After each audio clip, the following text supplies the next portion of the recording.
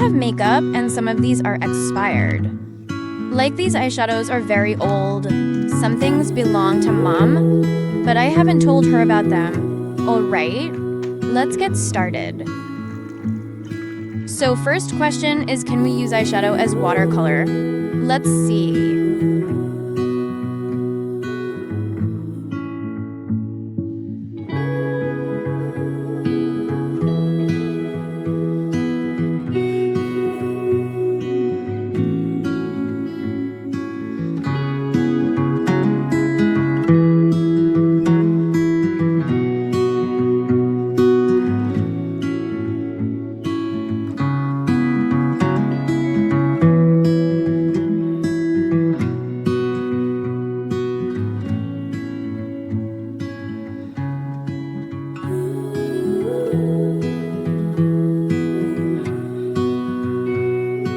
No, it's not working at all.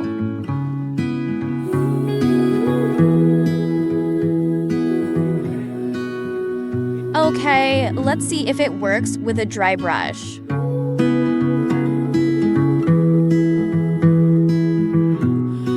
Okay, good. This is better.